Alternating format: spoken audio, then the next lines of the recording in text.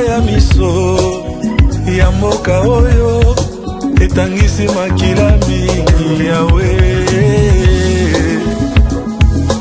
Bana Congo, bino batu boza na besoin ya kotonga bandaku na bino. BM échafaudage, ezopesa bino planche, shell, sécurité, maximal et lenda. L'air mutamati, mutakokweya te. Yabiso, ezala ba norme européenne. Yabiso ezala ba chinois te, ya ba indien te, ya ba libanais te. Un bus sera mis à votre disposition. BM échafaudage, plus de 3500 mètres disponibles. Contact Maman Nangaye, du nouveau à Kinshasa, place Yassur, les amoko na immeuble Emma, des arabes normes, standard, international, et Goyamba, batu nyonso, en famille, en couple, salon VIP, et salle à manger, salle de bain confort et magistral, et des chambres à coucher, cuisine Kafou, sécurité, ils ont assuré. Connexion internet illimitée, Facebook, TikTok, WhatsApp. Et à Ophélie, groupe électrogène 24h/24h. Courant et Kindakate. La immeuble Emma. Notre adresse dans la commune de Kalamou, quartier Yolosi, avenue Balinga, numéro 9. Soyez les bienvenus. Immeuble Emma.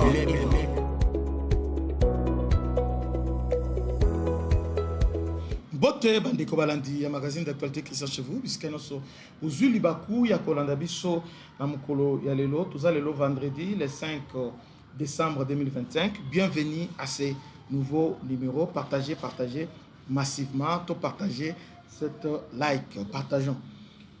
Rwanda vient encore une fois de plus attaquer la RDC, cette fois-ci ouvertement.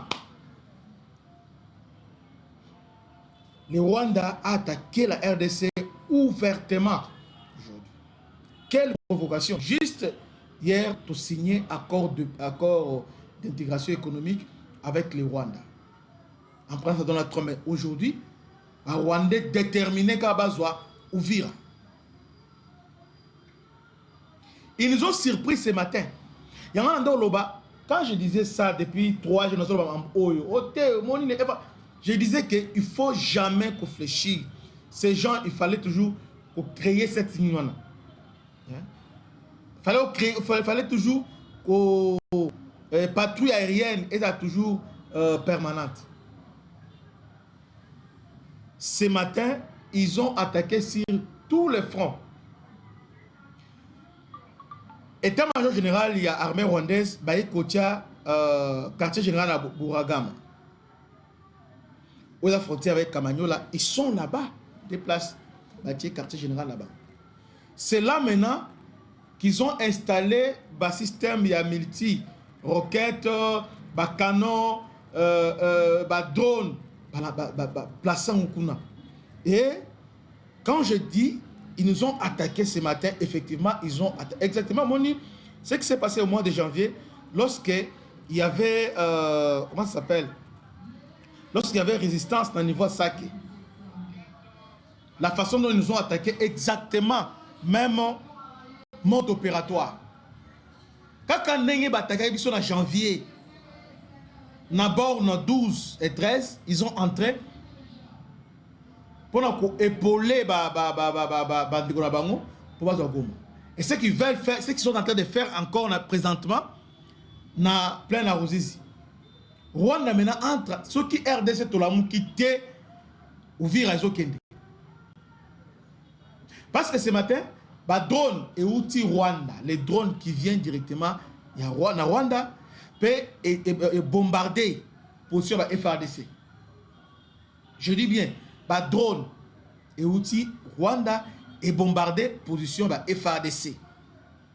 Entre dans le niveau Kamagnola, plusieurs lances multi-roquettes. Et ça, à partir de Bouragama, bazo l'ensemble dans la position de la FARDC bandeko. Donc Kagame maintenant passe à la vitesse supérieure. Donc le temps transition Salama, il commence contre-attaque maintenant. Ça veut dire que bazo jouer dernière carte na bango siko. C'est pourquoi moi je ne suis pas très chaud. Oui, il y a des avancées significatives dans la procès à Washington. Je vais en parler tout à l'heure là. Mais là, nous devons rester extrêmement, nous devons être prudents parce que Kagame a déterminé Yakoko Issa Ouvira. Déterminé. Ce matin, combat ezali makasi pe makasi na Kamanyola. Donc na Kamanyola, donc ça chauffe là-bas. Bah installé presque bani oyo bas na bango, donc état-major avancé, il y a armée rwandaise est installé à Bragama en face de Kamanyola. Entre-temps, il y a un événement qui s'est passé hier à ciel ouvert.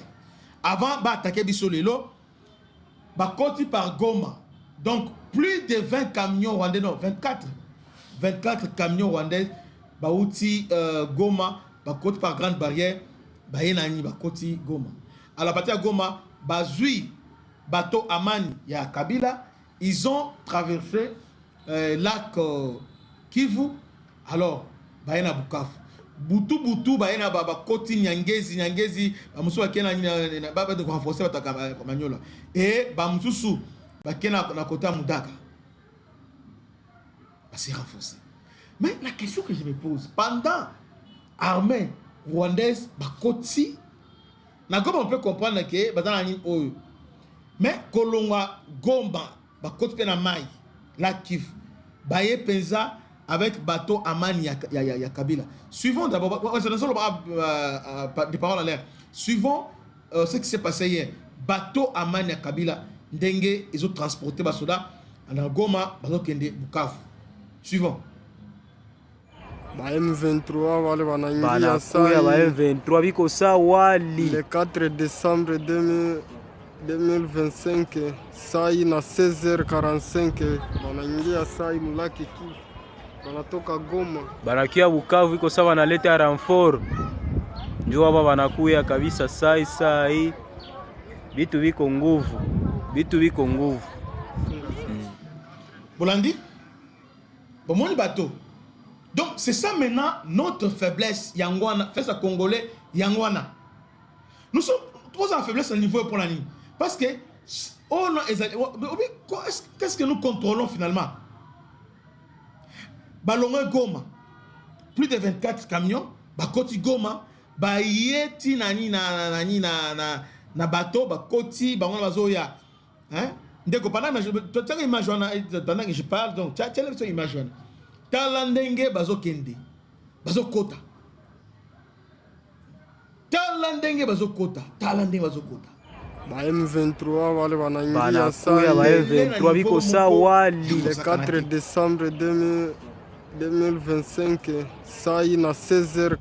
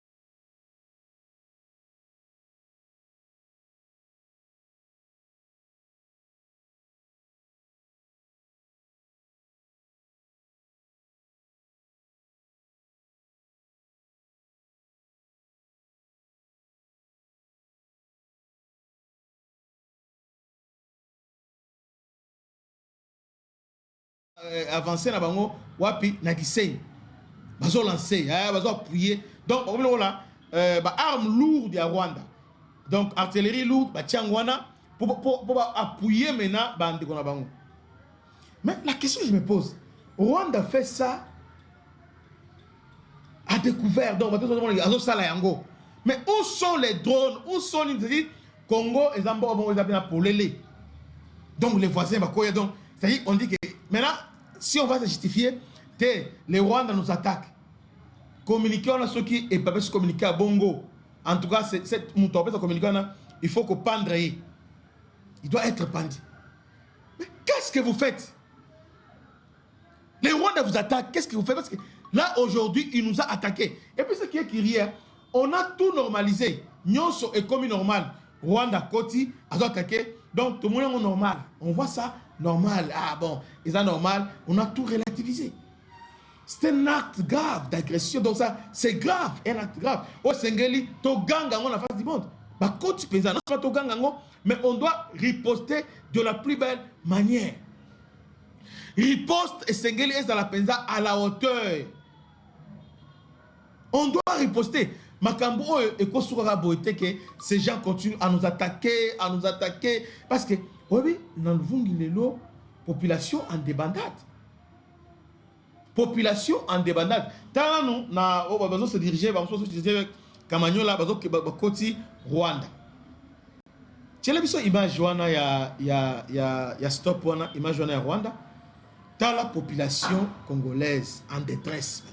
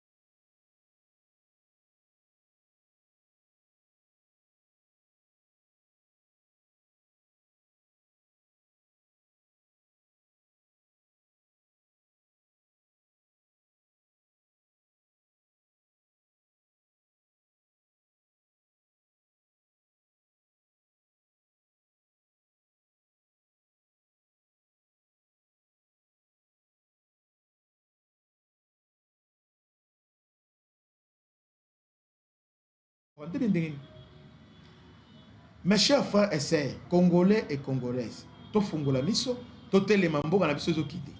ces gens ici, ils lâcher facilement. Ouvrir les points rouges, les zones rouges. En tout cas, comme déjà, je ne pas trompe, maintenant, étiquette sur la population, surtout protester. Obi Mundela, il rappelle population, Mundele a bandé population. Ce qui moindre mouvement na Goma, parce qu'il y a un accord de paix, et c'est les Congolais maintenant à s'accaparer un accord de paix. Oyo, tout élément, tout marché dans Zela maintenant, pour revendiquer l'accord Oyo, Trump à côté de Cambo, accord Oyo, ça l'a appliqué.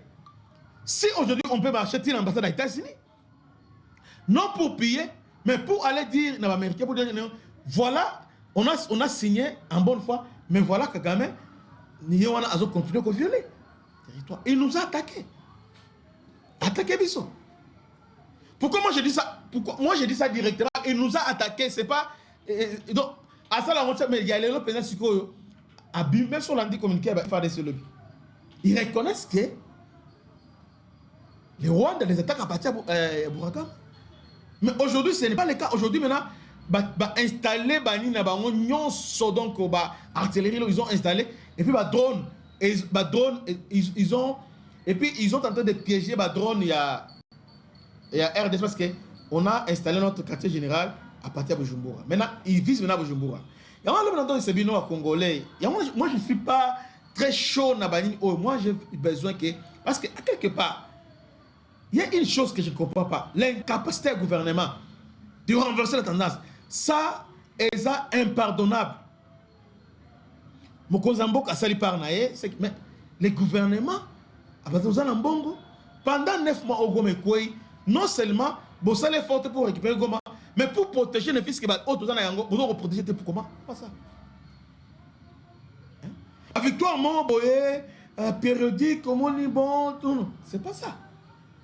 Mais surtout ce que Mbongo est bimi, na période douana, on a scandalisé Mbongo est bimi pour la défense nationale. Mais pour quel résultat? Pour quel résultat? Bon, toi, partagez massivement. Partagez. Toi, partagez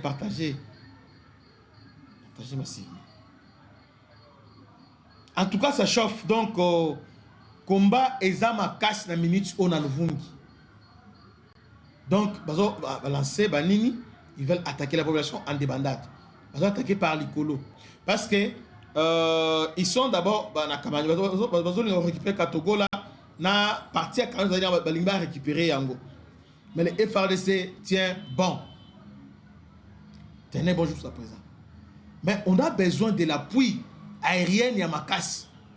Appui moko permanent, appui moko décisif plutôt, appui moko penza Yamakasi qui va changer les donnes. Pas appui moko envoyer tous les drones, envoyer ça là-bas. C'est le temps aussi d'attaquer le Rwanda. Rwanda veut ouvrir, nous aussi, tous ceux qui Bouragam, on doit prendre ça. Pourquoi ne pas entrer sur un programme? Détruire, neutraliser la menace à partir de la source. Pourquoi ne pas entrer? Hein? Pourquoi ne pas entrer? Parce que nous avons les Burundi, nous avons le FRDC, nous avons les Ouazalendo. Ah, entrons. Pourquoi ils sont toujours dénoncés? Mais Kagame a son quota. Bazo mon a épée toujours filmé à son quota. Mais pourquoi ils sont toujours cotatés? Pour une question. Hein? Pourtant, il y a moins en face de la mission. Pourquoi on ne tire pas aussi là-bas? Pourquoi on ne les inquiète pas? C'est là où moi je ne comprends pas. Hein? Bango bazo inquiété biso. D'accord. Tia bateau wana et ça la peine. Tu les sommes image à bateau wana. T'as né ba kota ki lobby. Ba ça le déploiement. Abandi batak. Donc ils sont là. Ngana za mobiliser peuple congolais.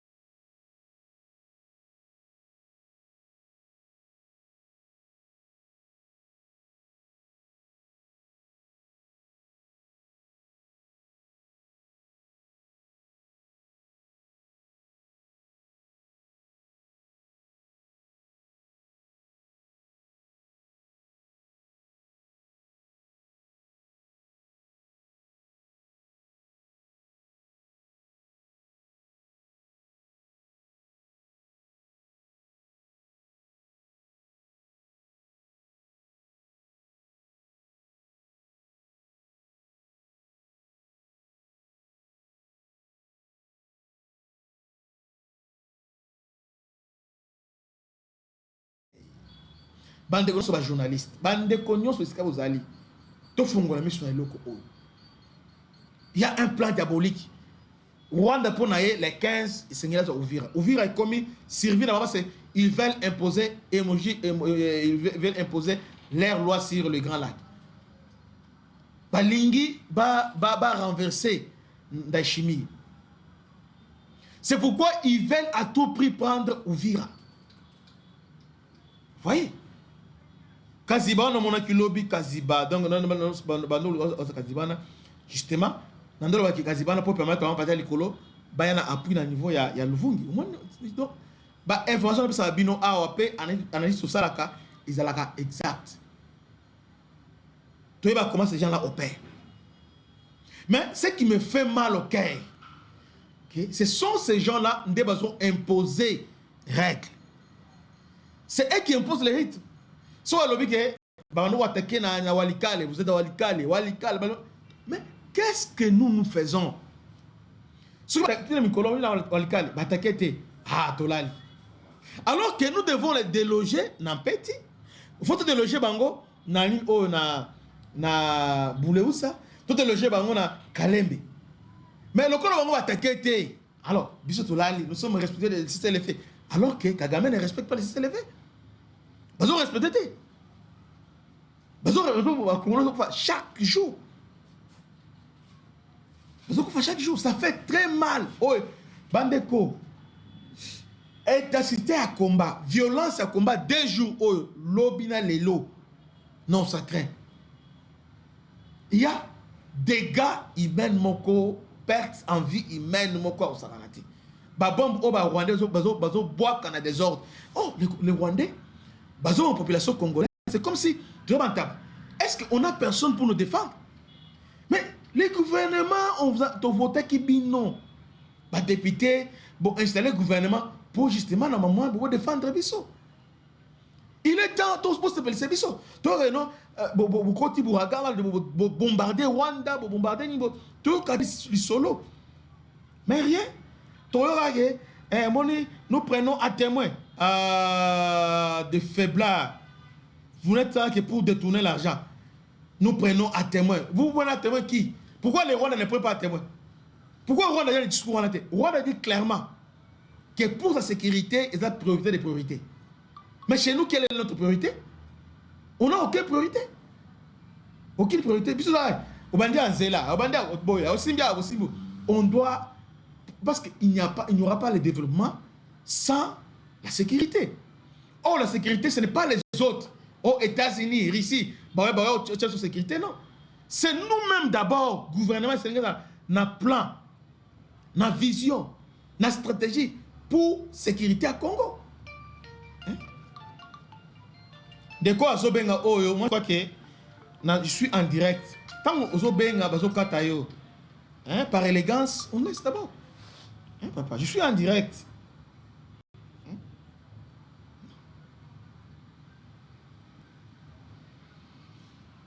En tout cas, match est ma belle minute. Ma belle Zali. Rwanda a se renforcé dans le niveau moko yakosakanate. Va se renforcer dans le niveau moko vous en avez idée. Alors, restons vigilants. Et totalement, tout le monde a que Dieu vous bénisse. C'était votre serviteur, le bishop Christian. À la prochaine. Ciao.